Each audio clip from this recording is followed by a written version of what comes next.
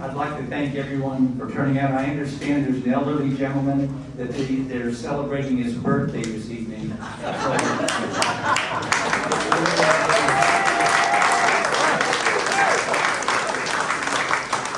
like to thank you for turning out to that as well. So let's begin the meeting with our flag presentation.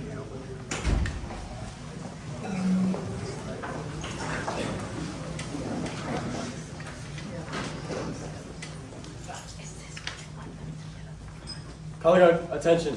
Color guard, forward, march.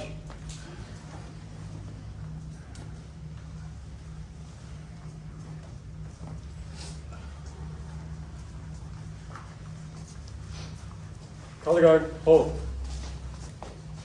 Color guard, prepare to post the colors.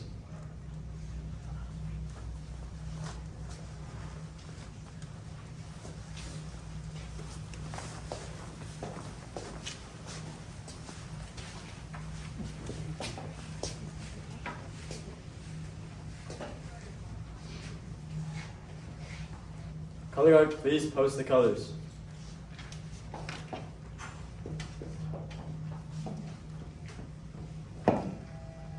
Will you please join me in the Pledge of Allegiance? I pledge allegiance to the flag of the United States of America and to the republic for which it stands, one nation, under God, indivisible, with liberty and justice for all. Please join me in the Texas Pledge. Honor the Texas flag. I pledge allegiance to thee, Texas, one state under God, one and indivisible. Color guard, return to post.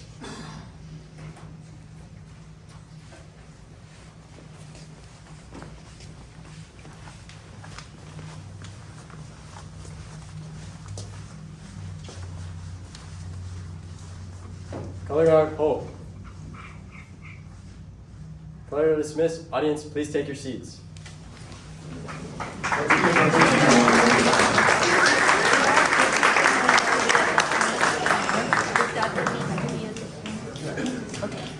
We've got ourselves quite an agenda this evening. It's really going to be information that every one of us sitting in this room needs to listen to. We're going to hear, of course, from our Bexar County Tax Assessor, Collector Uresti. You guys probably remember that name. You've probably written out a few checks. We'll also hear from our City Manager Erik Walsh about this big budget that they're working on. Our Precinct 3 Commissioner for Bexar County, Moody, is here to talk to us tonight. And we'll finish the meeting with Councilman Mark White, who will give us an update on what's been going on with the city, the latest city gossip. So let's give a big cheer to our first speaker, the Bexar County Tax Assessor Collector Uresti.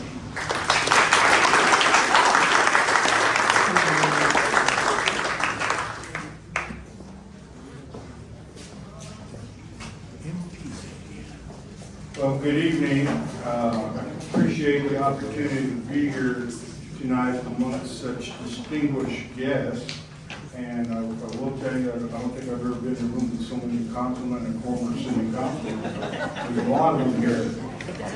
So, obviously, this is who we are. And so, our mission statement is to help keep families in their homes with an emphasis on helping our senior citizens, our disabled, our veterans, and ultimately our children. This is what we work at every single day. Our goal is to remain the #1 tax office in the state of Texas by providing the best customer service possible. Some of the things that we do, we collect for every taxing jurisdiction. We bring in over $4 billion in property taxes, and we also have a collection rate really close to 100. We put 98.8, so nobody will call us out. But we do 738,000 tax statements. This is for the county. One of the things that people don't know that we do is we do over 2 million vehicle registrations and title transfers. So that's a big part of what we do.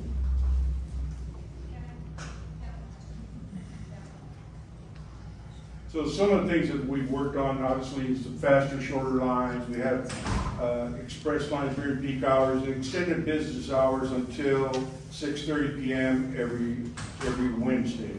Of course, we've received numerous national awards. One of the things also that we've done is we've tried to make it more streamlined, more quicker. I had a gentleman here, I don't see him, he was talking to me earlier about, how well it goes there in the office. We have a queuing system. And one of the things too that I noticed as I got older, I know we don't have any older people in here, but as I got older, I started noticing that I would push myself up. And when I looked around, I saw that a lot of our chairs didn't have the arms, thank you. So now if you go to our office, you'll see that all our chairs have those arms. And it's really helped a lot, especially with our seniors and our disabled. Of course, we also have our booths that we've modified to help with the seniors and disabled. We also have the county's first ever drive-through, something on the south side. And during COVID, we were seeing over 400 people a day, so it was a big, big help. We are working on opening 3 more. I know Commissioner Moody and I have been meeting. We're going to open one at Rocky Lane. We're going to be opening our 5th, I guess it's our 5th precinct office. Inter Park, that's kind of up in the air. We're going to be working on which location is best. And of course, we're going to put one downtown as well. Community outreach, like we're doing today, like I did earlier at the other place. What was I at earlier? Meals on Wheels, that's what I was at. So again, we do 738,000 statements a year. One of the things though that I noticed, and can you go back to those slides, is that I thought everybody had an escrow account. Well, not everybody does. As a matter of fact, only about 1/3 of our accounts have an escrow account, which is why we did some of the things that we're doing. So you can see here, 479,000, are the ones that, the number of accounts that are paid by a mortgage lender is only 259,000.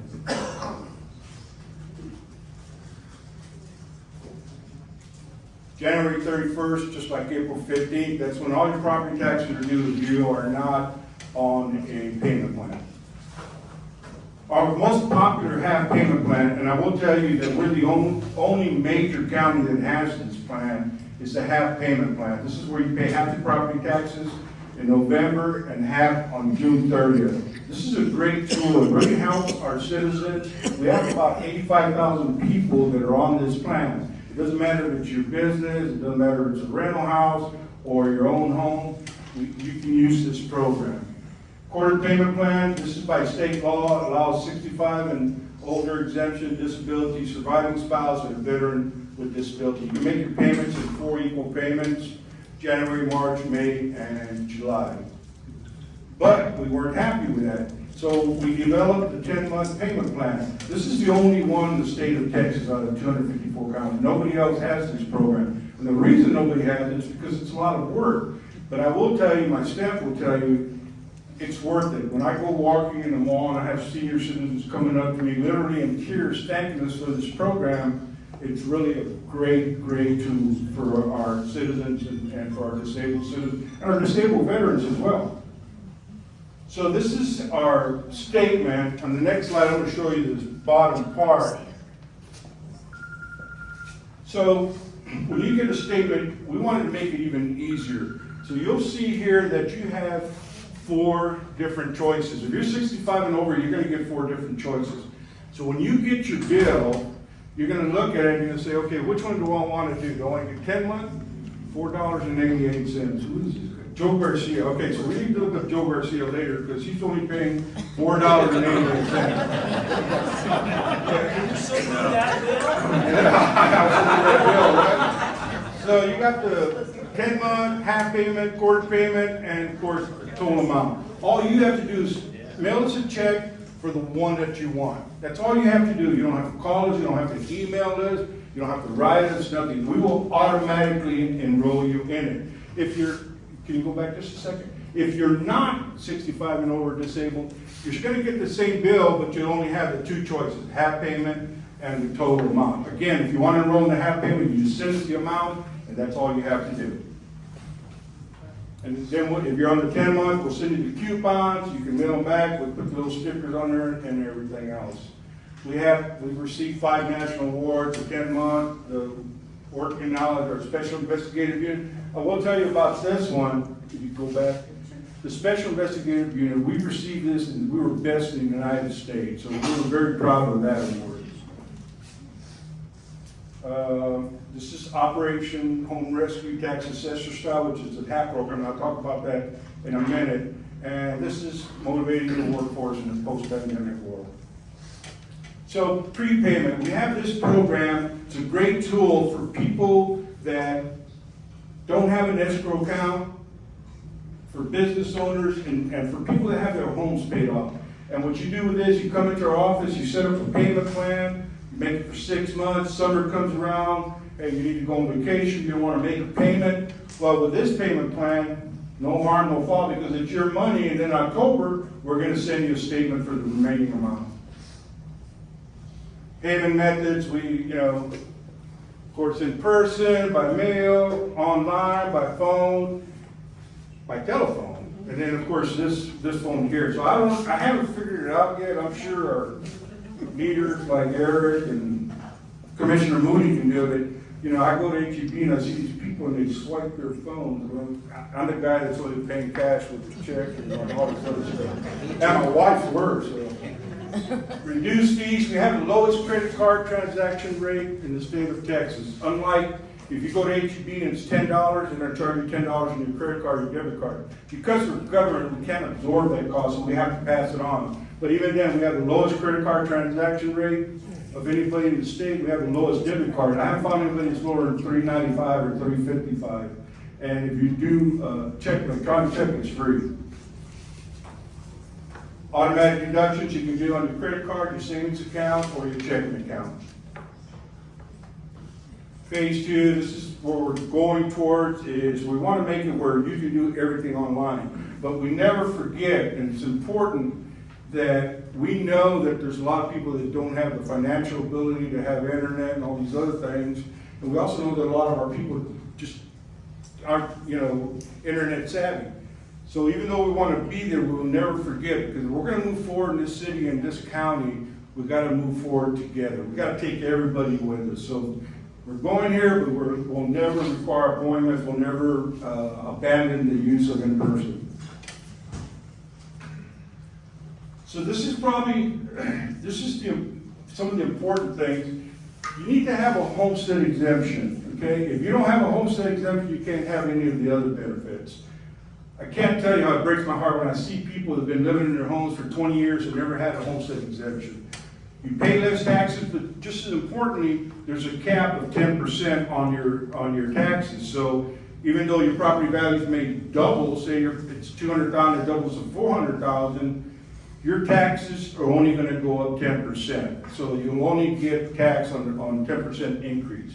It's good for the entire year. One of the legislations we want to work on is that not you have to go back every year. That's one of the problems with this 10% cap. Tax freeze, there are some good things about turning 65, and that's the tax freeze. By state law, your taxes, if you're about say you're $3,000, you're 65 and over and disabled, your taxes are going to stay at about $3,000 for the rest of your life, unless you sell, God forbid you pass away. If you do pass away, your heirs have 180 days to pay I'm sorry, this is another slide. But the tax freeze, it's going to fluctuate a little bit because the hospital district and the river authority do not participate. But your big ones, the school district, the county, the city, and the Alamo Community College, they do participate in this tax freeze. But again, it's a freeze for disabled persons and for senior citizens.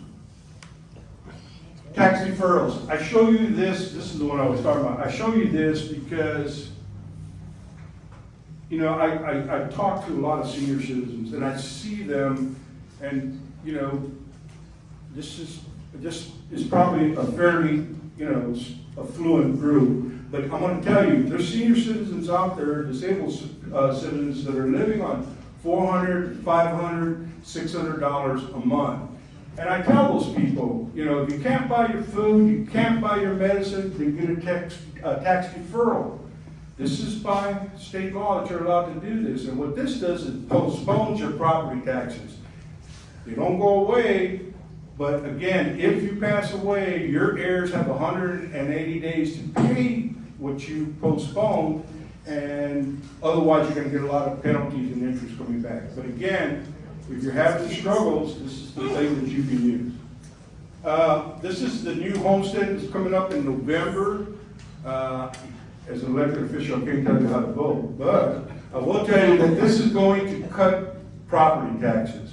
And so you can see this is using a $341,000 home.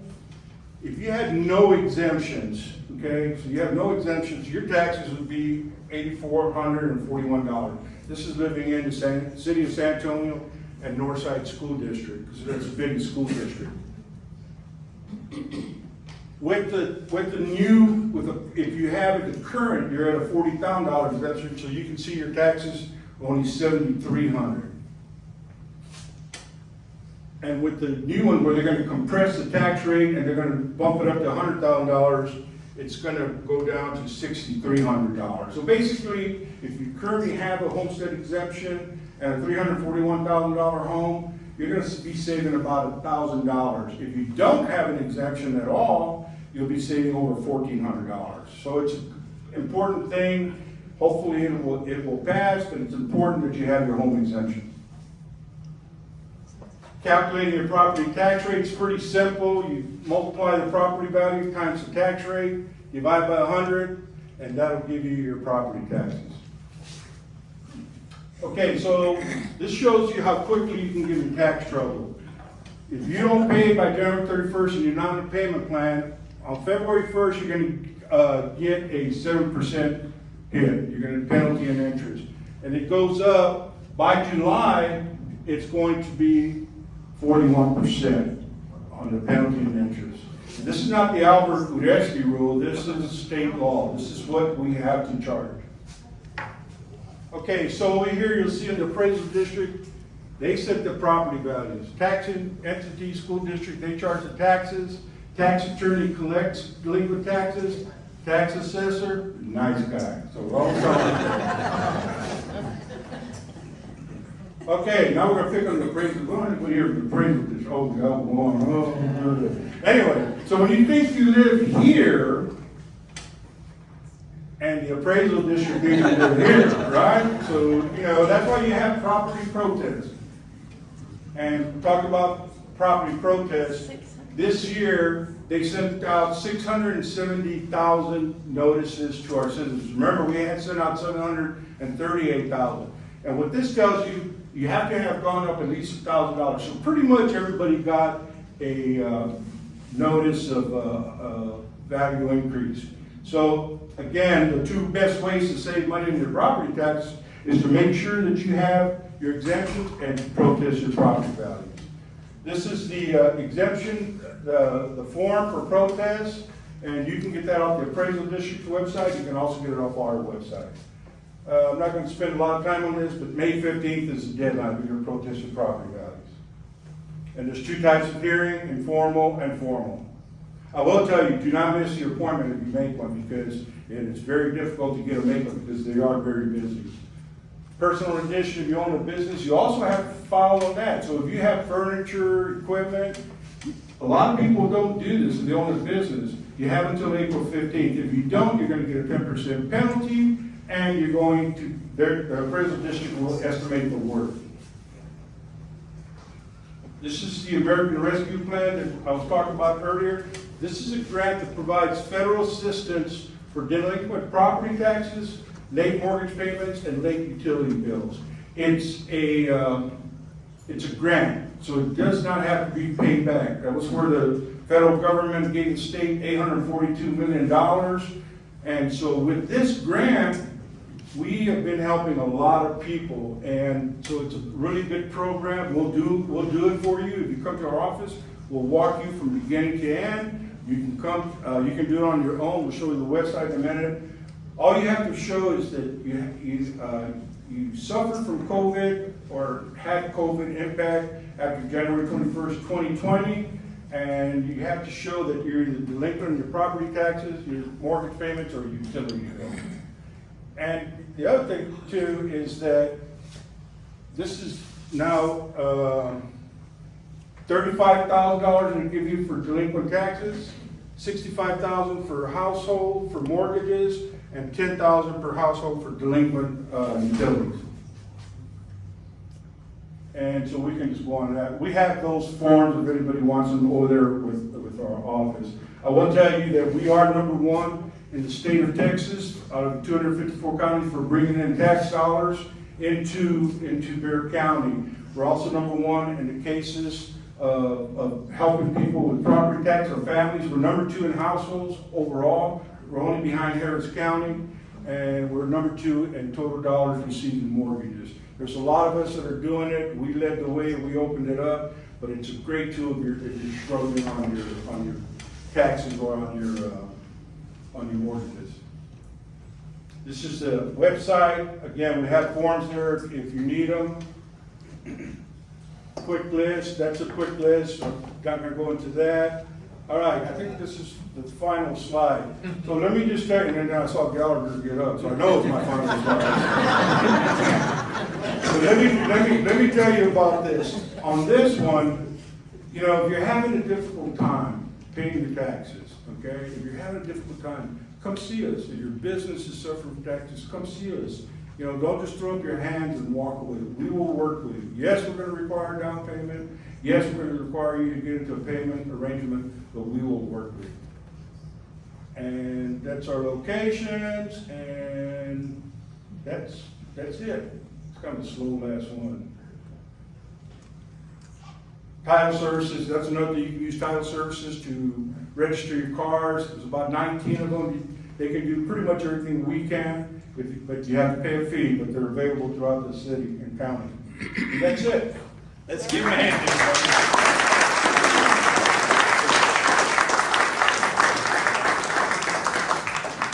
And Albert's promised that he'll be around after the meeting. So if you've got any specific questions about your property tax, he'll be glad to answer them for you. Okay, let's now move on to our next briefing. We're going to hear all about the FY 2024 budget from our City Manager Erik Walsh. Give him a big hand.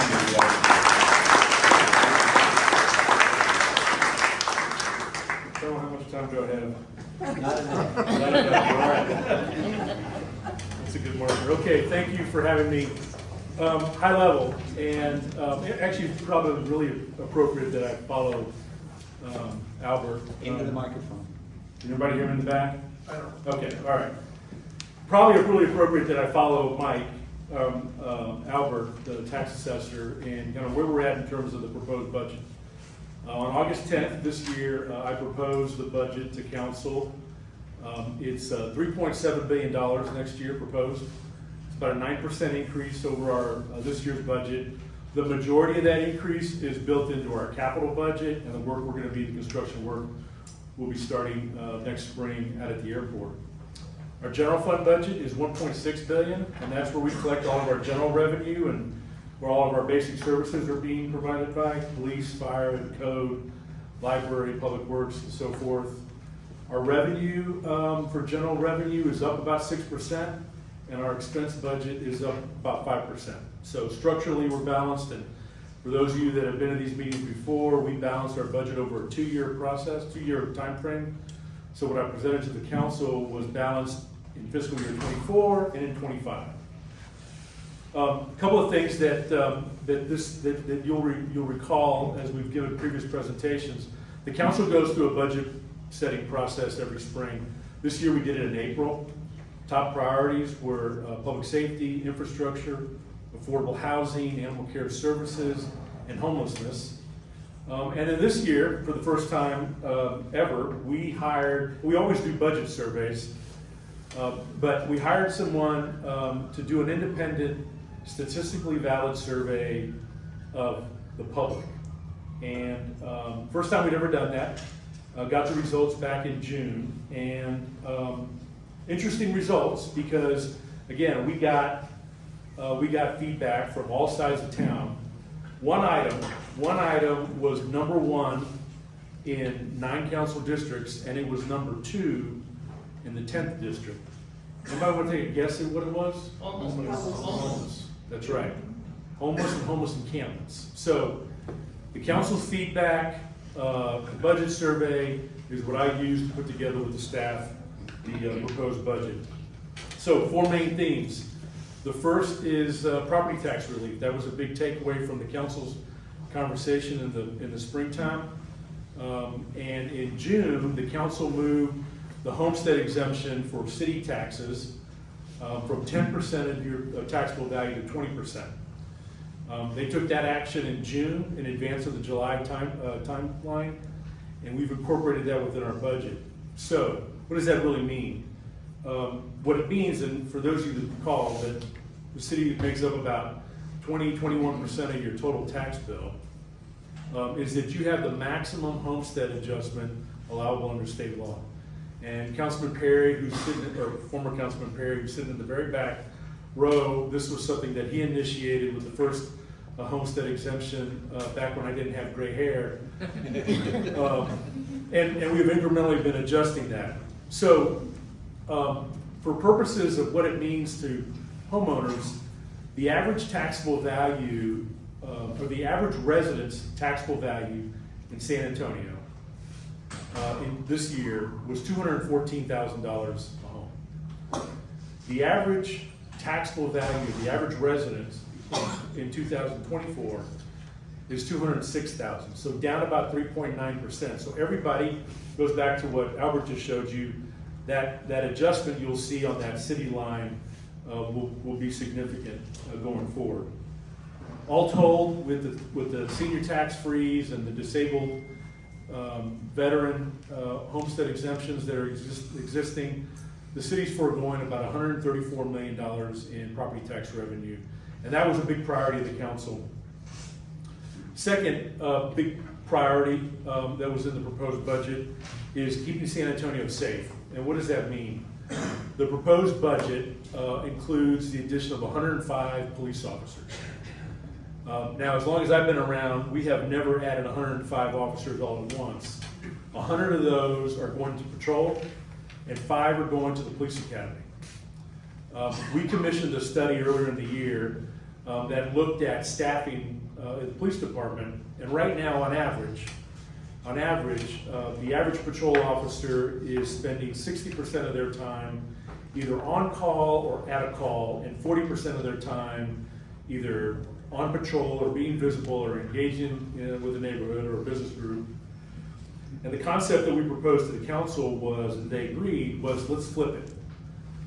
What happens if we make it 60% proactive and 40% on call? It means we're going to have to add 360 officers over the next 3 to 5 years. We have the funding available this year, so we're proposing 100 this year. In the 2-year balanced budget for 25, we're setting aside money for an additional 65 officers, and we'll evaluate that next spring for the following fiscal year. The 5 officers in the academy are to increase throughput. We do not have the problem other major cities in Texas are having with almost 2,600 police officer positions. We've got two cadet classes at the academy right now, and we've got about 45, 47 vacancies. So I've got a 2.2% vacancy rate right now. We do well in terms of applicants, and we're adding a 5th class to next year, so we'll run 5 academy classes. And we're adding instructors because we're trying to increase the throughput. On average, over the last 5 years, we've graduated 159. Next year, our target is 235. So just to continue to make sure that we're able to fill those positions, in Bill Clinton presidential years, the city received a lot of large grants and hired a lot of police officers. We're going to be hitting, those officers are going to be hitting retirement age at 30, 31 years over the next couple of years, so we want to make sure that that machine is humming. We're also adding, in terms of fire and EMS resources, a full-time EMS unit at Fire Station 40 over here off of O'Connor, and then additional EMS resources on the southwest side of town. And then we're adding animal care services in terms of enforcement. There is, and it's something that I shared with the council 2 weeks ago. When you look at the number of 311 calls we get for cruelty, neglect, or aggressive dogs to 311, we have enough officers to respond to 44% of those calls. So 6 times out of 10, we get a call for one of those three issues. We're not responding. So what I laid out to the council was a plan to add, and to be honest, that's the only city service where you're going to get a 44%. If you go to a restaurant and complain about the kitchen, the health inspector is going to be there the next day. It's the only service where you're 6 times out of 10. So we'll be adding additional animal care services staff to increase enforcement, both in terms of calls, but also aggressive and dangerous dogs. Third major category area, quality of life. We've got 137, almost $138 million in next year's budget for street maintenance and additional sidewalks. We're going to pay close attention or more attention next year to repairing existing sidewalks. We haven't done that in the past. That's been a big topic of discussion downtown. Right now, under the city charter, you as homeowners are responsible for that sidewalk.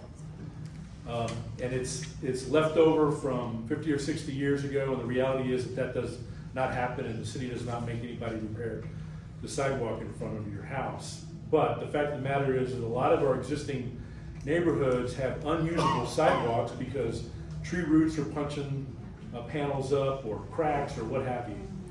So about a third of our sidewalk money will be spent on sidewalk repairs next year. We're also doing something that we haven't done before, street striping and crosswalk markings. As I've been teaching my 15-year-old daughter to drive and telling her to stay within the line, and when she says, "I don't see the line," we got to do something about that. But a lot of council members, and with the heat, so our cycle right now is we refresh that every 5 years. We're changing that in next year's proposed budget, and we're gonna update them every 3 years. So those areas that are in years 4 and 5, we're gonna do them all next year, and then we're gonna squeeze down that cycle to be a little bit more deliberate. The other thing we're doing for the first time ever is taking care of our non-service alleys. Non-service alleys are those alleys and they're citywide, are those alleys where we're not picking up garbage in the alley. They are the responsibility of homeowners and property owners. We hired a company to survey. We didn't even, to be honest with you, know how many we had. We have over 3,500 non-service alleys in the city. And the company graded each alley, A through F, based on conditions. And we got the report at the beginning of summer. We're setting aside money in next year's budget to repair and regrade every D and F non-service alley in the city. In 25, we'll repair the Cs, and thereafter we'll start maintaining them. That has become a bigger and bigger issue in some parts of the city, and non-service alleys exist in every council district.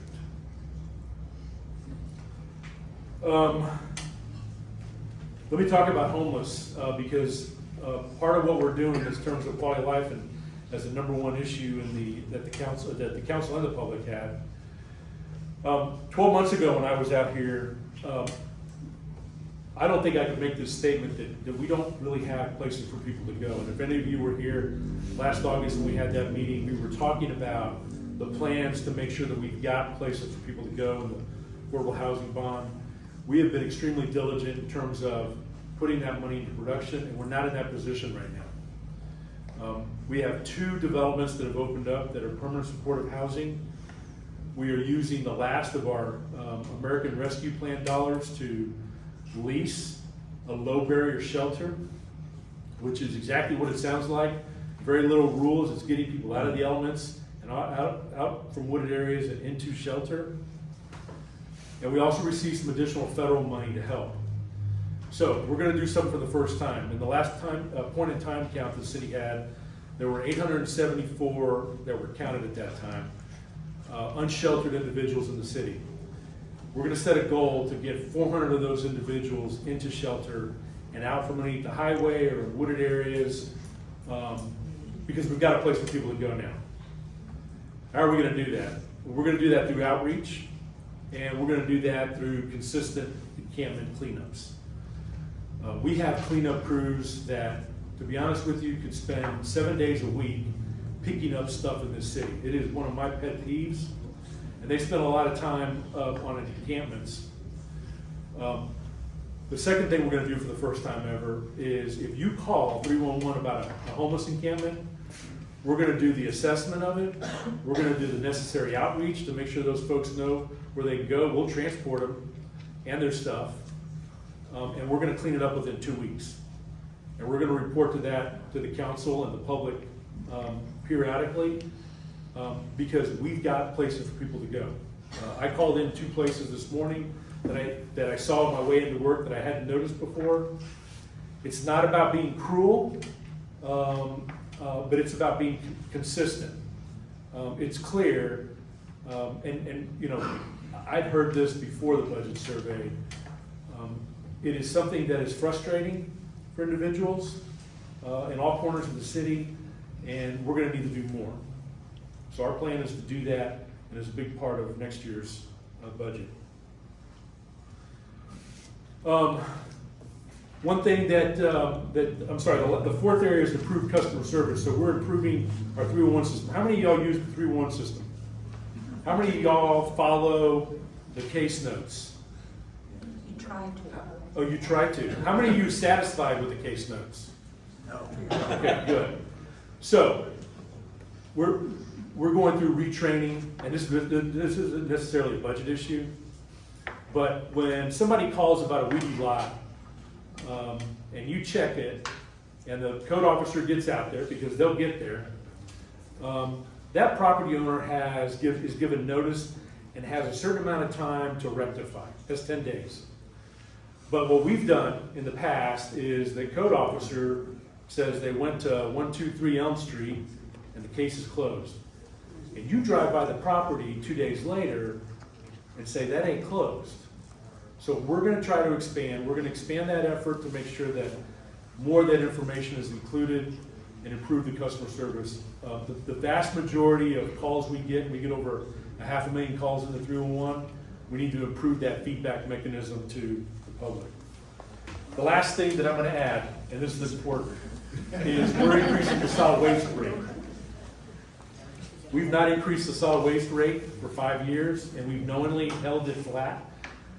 Solid waste is a business of the city that is run solely by the fees collected. And we charge you based on the size of your brown can. If you have a small can, you pay $14.76 a month. That rate is not changing. That rate is not proposed to be changed next year. If you have the medium-sized can, 64-gallon, you pay $18.76. We're proposing that go to $19.76. If you have the large can, the 96-gallon, the rate right now is $26.76 a month, and we're proposing that go up to $3.49. Now, save yourself some money and call 311 and downsize, because use the recycling, downsize. Right now, if you downsize with those new rates to the medium card, you'll save $125 next year. If you really think you need the 96-gallon cart, and that cart is filled every week you pull it out to the street, then keep it. But if it's not, downsize. We will deliver the medium-sized cart to you within 3 days. Just call 311. So everything's gone up: labor, equipment, disposal costs, and we have knowingly held that flat during COVID. Nobody wanted to adjust rates, and I understood that. But that business is in a negative position right now, and we've got to continue to provide the service. If you're wondering how it compares to other major Texas cities, it's lower, and it's more frequent service. So we're still providing a good quality product. We're going through town halls. The council's scheduled to adopt the budget with any necessary amendments on September 14th, and that's my report. All right, let's give it a big hand.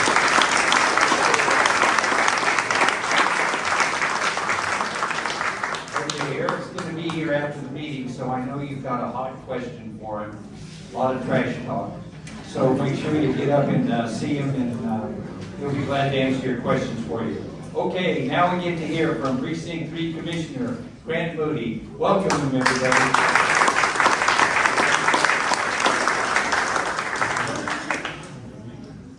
Well, thanks, Mike, for having me here, and happy birthday.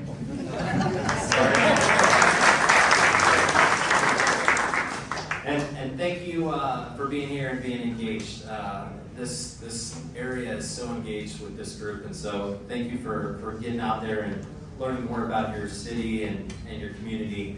Again, I'm Moody. I'm your Bexar County Precinct 3 Commissioner. And quick poll, how many people know whether they're in Precinct 3? If you're in Precinct 3? All right. So Paul wasn't lying to me. It's about half. So I assume the rest of you are Precinct 4. Or don't know. Tommy Correct. I did want to introduce my Chief of Staff, Paul Jimenez. I'm sure you've seen him here many times. He's in the back of the room. Paul, wave on him, please. But just want to give a little background, and to your point about not knowing. I think a lot of times there's a lot more knowledge around City Council in the city than there is around the county. So obviously, City Council, you have 10 different districts, and you have the mayor who's elected citywide. For the county, you have 4 commissioners who are elected from 4 geographical precincts, and then you have the county judge who's elected countywide. I can't tell you how many times I get told, aren't you District 9 or, or Councilman Moody? And I've been introduced that way multiple times. I don't know if Mark gets that or John, if you ever got that, but anyway. But the county's very important. The county owns, our criminal justice system, all of our courts, the jail, the sheriff's department, our constables, our public works department, Parks and Rec, University Health System is also funded by the county, and we appoint the board. So a lot's on the county's plate, and I think it's an important piece of our local government. My approach to office, my background as a Marine pilot and then as a businessman is maybe different than others. It's hard for me to look at a problem and keep walking by. I really want to dive in. I see things, I want to get things done in this position, working with my colleagues on the court. Sometimes that means a lot more work. It's a lot easier to talk about a problem than actually try to solve a problem. I'm sure all you understand that, but we're doing the best we can to actually try to get things done. I'll just say also, one of my focuses has been prioritizing. Prioritizing our scarce resources, right, which are your taxpayer dollars. But what are the priorities of local government and our county government, and trying to focus there with our spend. The other things are just around efficiencies and redundancies. We work with the city on some of that, and identifying opportunities, whether it's between the city and county, or whether it's within the county spending, where we're funding multiple organizations, nonprofits that are doing the exact same thing. And then again, trying to identify where's the most efficient use of that money, where are we going to get the highest ROI on that spend. And so I think as we continue to go forward, we're actually just in the middle of our budget process. We're actually kicking off the draft budget proposal tomorrow. It's a little bit behind the city, but that's going to be some of the things I talk about and try to lean on my colleagues on the court to move in that direction. I did just want to mention, when we talk about priorities, one of my personal priorities, and I think a priority of Precinct 3, is public safety. And so we've been very active in trying to address that. And just as Erik mentioned on the city side, them adding an unprecedented 105 new police officers, we worked really hard with our colleagues on the court to get 62 new Bexar County Sheriff's deputies. And again, the focus will be to put all of those deputies in patrol positions. So out there on the streets, keeping our community safer. And we were really excited about that because again, I think that had been something that was underinvested in. And And once we really started looking at the numbers and seeing, how far we'd gotten behind, we only added 12 to 14 deputies over the last 5 years. And so 62 may not sound like a lot, but that was a huge investment that was badly needed on the law enforcement side. 2 other wins on public safety. We also got a deal done recently, you may have read about it, that is going to increase the pay for our sheriff's deputies to the market rate.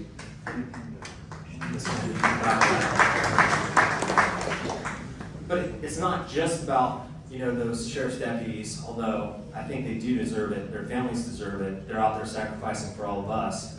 But it's also a win for the county in terms of making sure that we can hire and that we can retain good law enforcement officers and detention officers. Because right now, we're paying $10 to $15 million in overtime, just overtime in jail.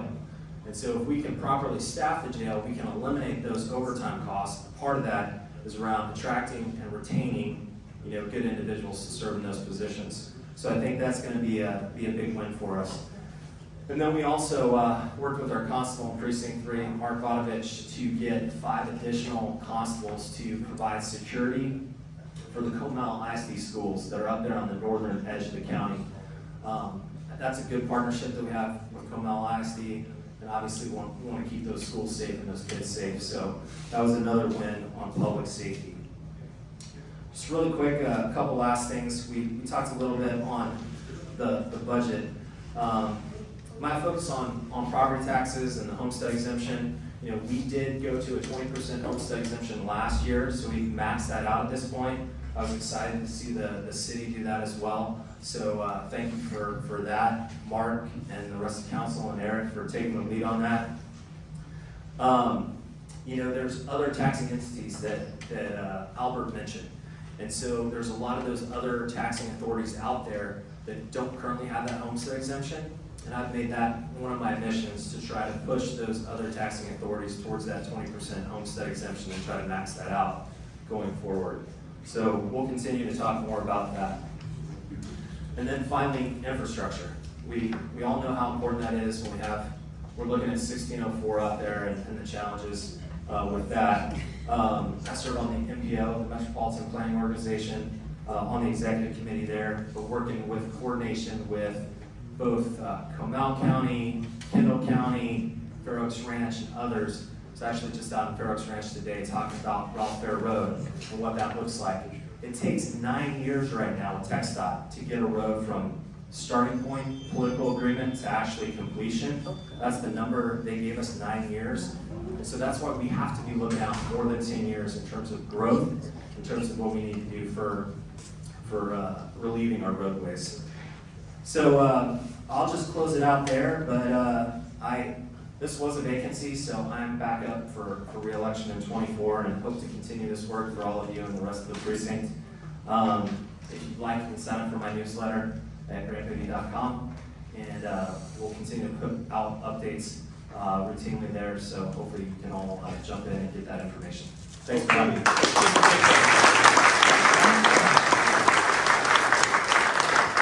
Okay, you might recognize this fellow that just came up on stage, our new councilman, Mark White.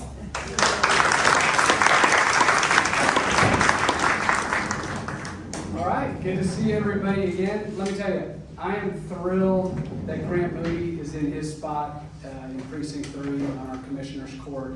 I can really think of no better partner here in the city to get to work with on all the issues that are really important to everybody in this room and really in the city. So thank you, Grant, for everything you're doing there. So since I've seen you last, what's been happening in District 10?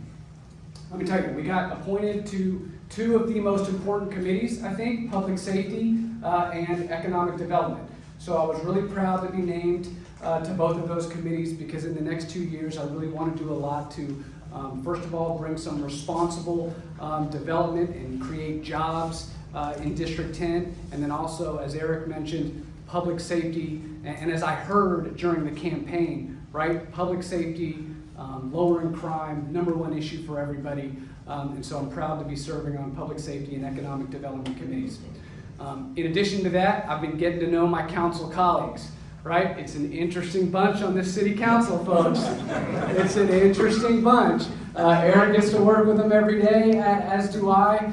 And listen, for me, we've been out there taking pictures with them, doing events with them. I've been having coffees with them, right? It's all about getting to know these folks, getting to understand what it is that they're looking for out of the next 2 years, trying to build those relationships so that then I can get to work with them and hopefully convince them to work with all of us on the things that are important to all of you in District 10. So where are we? It's budget season, right? It's budget season. And Erik's probably sick of me at this point because, I feel like a couple times a week I'm talking to him about public safety and the homeless problem. I almost knocked on 1,100 doors during the campaign, right? And by far and away, the 3 biggest issues: public safety, homeless roaming around everywhere, and number 3, infrastructure. So what did I want to do in this budget? Get more police in it? We did it, right? 100 to 105 more officers are going to be on the street. Very, very proud of that. That's going to help reduce crime. Number 2, infrastructure. Putting more money back into the streets and the roads, right? I didn't hear anybody during the campaign talk to me about, hey, can you get some money in the next year's budget for, some other crazy program where we don't have any metrics to actually figure out, are these programs working or not? I didn't hear any of that. I heard, hey, can you fix my sidewalk? Can you fix my street? Right? So we're going to get as much money as we can in the budget to fix the streets in District 10. And then the homeless issue. All right, and let me take a little extra minute here on this one because it's tough, right? This is a complicated issue. There's people out there that are suffering from one sort of problem or another, right? They're on the street. And I tell everybody this is a public safety issue and it's also an economic development issue, right? I've had business people downtown tell me that their businesses are leaving San Antonio because their customers and their staff get harassed by homeless folks when they're going in every day, right? We can't have that. We can't have that downtown. We can't have that anywhere in the city. And on the campaign trail, I heard from many of you, right, in the neighborhoods that say, man, I woke up and I saw somebody running off with my patio furniture, or somebody was trying to break into the car, or somebody was sleeping in my front lawn. It's not safe to have a lot of these folks running around in the neighborhoods. So what are we going to do about it? That's the question, right? Well, we've put a lot of money towards the homeless in the past. We need to make sure the money is actually being used wisely, right? Instead of just throwing more money at the problem, we got to make sure the money that we have been spending is used properly. So we're going to put out shortly a 3-part plan to try to tackle this homeless issue, right? Everybody says we got to do something about it. We need a damn plan. Right? So, number 1, we got to stop other cities from bringing their homeless people here to San Antonio.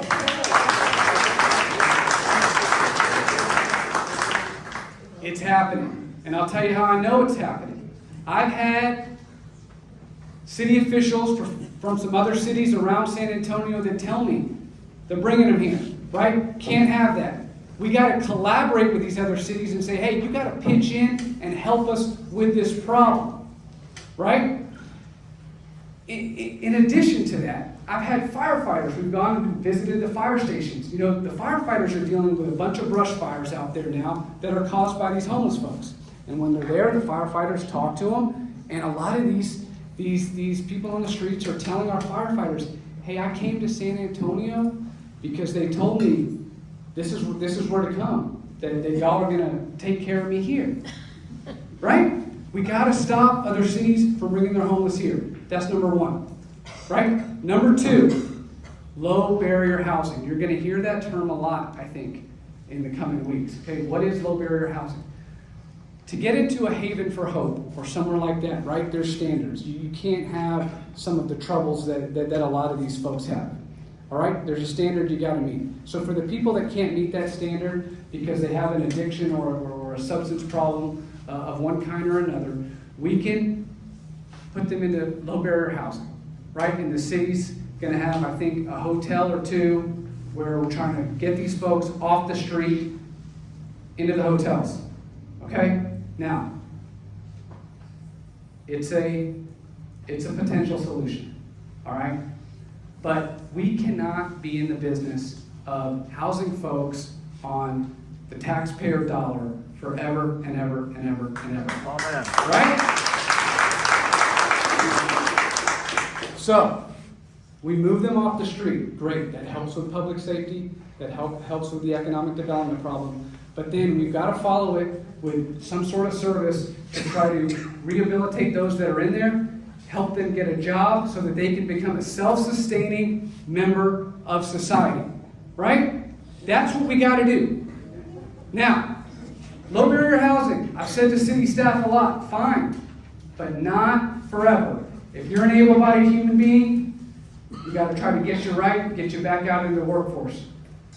Step 3, for those people that cannot take care of themselves, right? A person that maybe doesn't have legs, arms, somebody that maybe has some sort of other issue that will prevent them from ever being able to get a job. That's where we can start to look at the permanent supportive housing for somebody like that to move them off the street into some sort of situation. So we cannot just say we're taking everybody in and we're going to pay for them forever and ever. We've got to have a plan to deal with this problem, and we got to deal with it responsibly.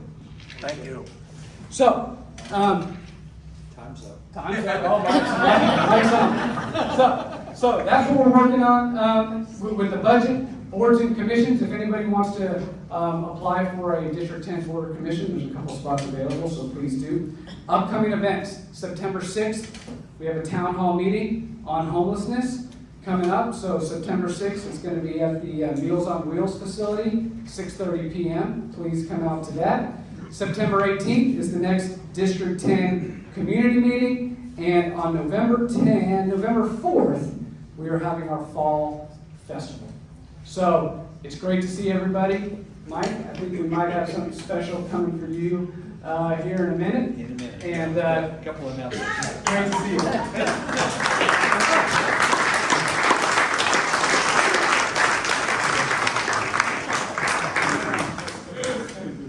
Before we get started, just a couple of quick announcements. Let's hear from NEISD Community Education Program, Linda Conley. Thank you, Mike. Good evening, everyone. Now, I know none of you are a day over 49, but when you turn 50, or your friends or your relatives, you will be eligible to participate in some fun social classes in part of the NEISD Community Ed. We're called the Academy of Learning in Retirement. And we're a separate organization, but we meet at the NEISD and on Zoom. So even friends and relatives are out of town or out of state, even out of the country, can participate with us on Zoom. We have a lot of fun classes, whether it's robotics or the Roosevelts or rock painting, playing the ukulele or yoga, all kinds of things. And we have fun.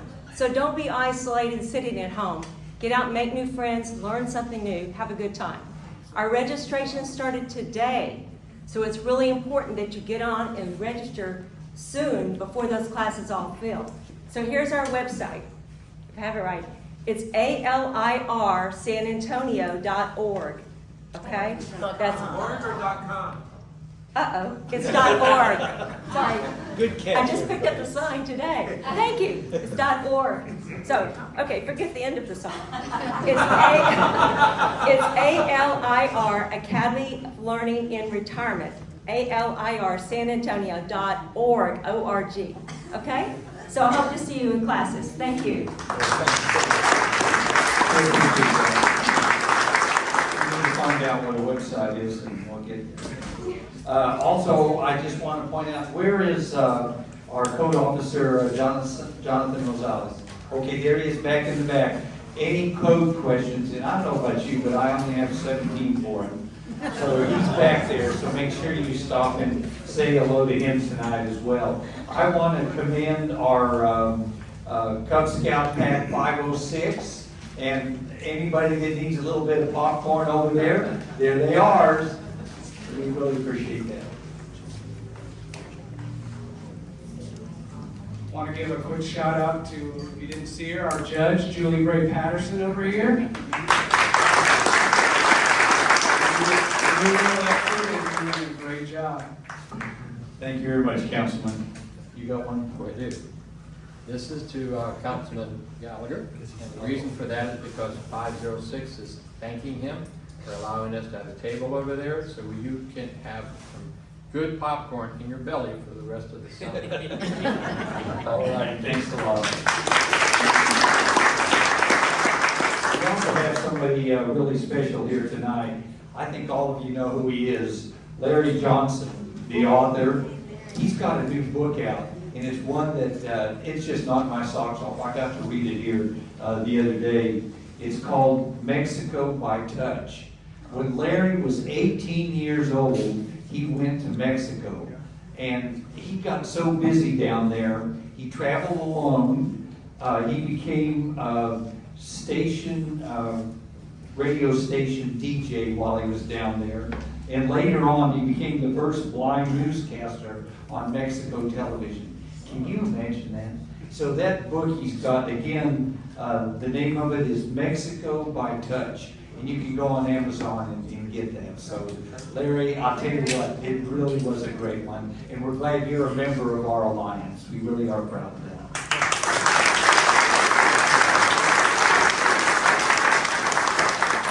Also, we've got some neighbors together, pamphlets over there. Remember, all of you, you are required to have fun on October 3rd. Make sure you show up to your Neighbors Together meeting and have a good time. It's a great way, really, to meet those neighbors and get to know them better. And with that, I have been forced to turn over the microphone to former Councilman John Clamp. So it's a great honor tonight to celebrate Michael Gallagher's birthday. I've known Mike for probably 30 years or so, and I will tell you, there's no greater public servant in District 10 than Mike Gallagher. He has served as a colonel in the United States Air Force.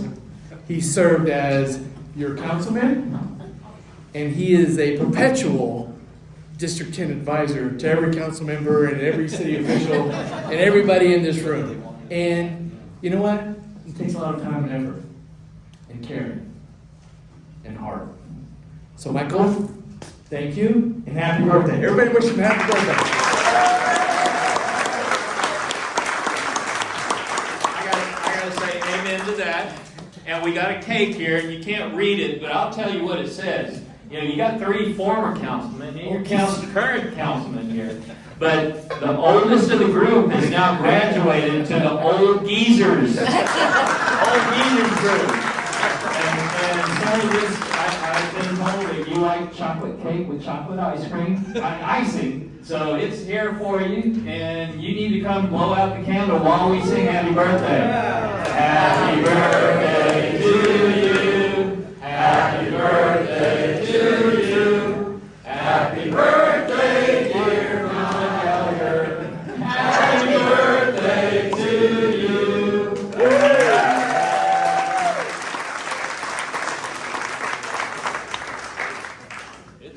There's plenty of cake back there. Oh yeah, there's a lot of cake back there, so if you haven't had any, go back there and have some. There's plenty.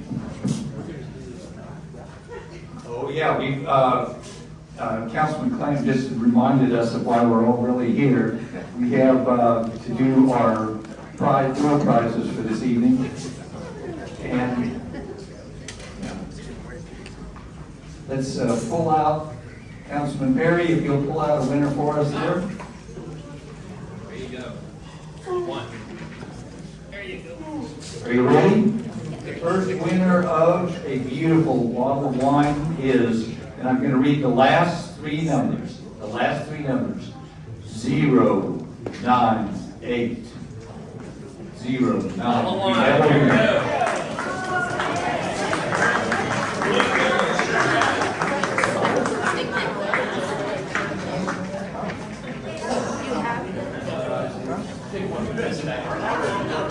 All right, a mystery gift, which we do really appreciate somebody brought over.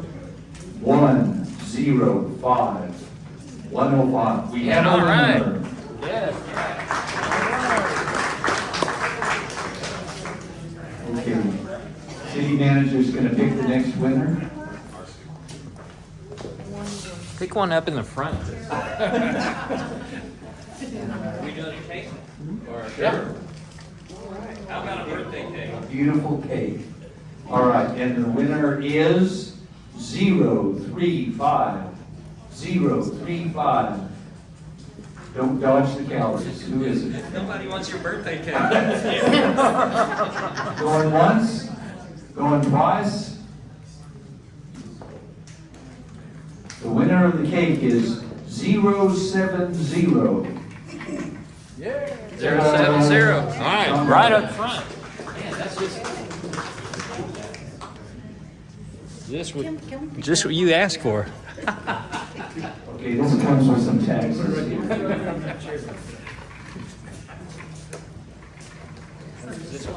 Yes. And those are called telephones, maybe you've heard of them, yeah. They don't fit in your pocket very well.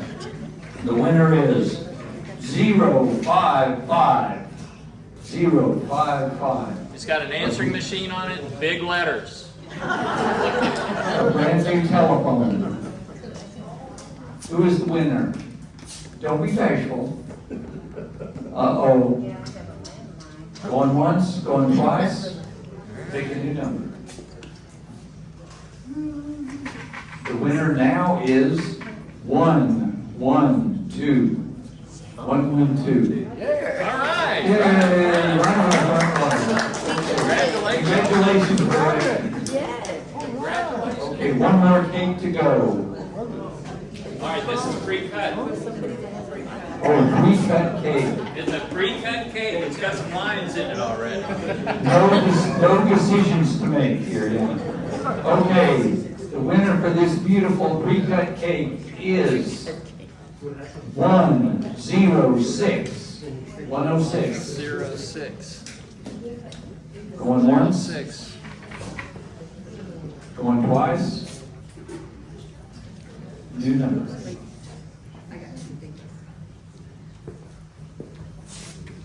All right. The winner for the gorgeous cake is 100. 100. 100. 100. Yay. There you go. Oh, we're gonna get four Yeah. more away? You got 4 more back there? Oh, fantastic. We're gonna, okay, bring them up. Everybody's gonna have to do a workout in the morning. Are you ready? Oh, look at that one he's bringing forward. 047. Steve won it. You can have to quit writing for a while and read the tape. Happy birthday. Okay, got another one coming up? Here it comes. The winner of the next cake is 086. 086. We got a winner.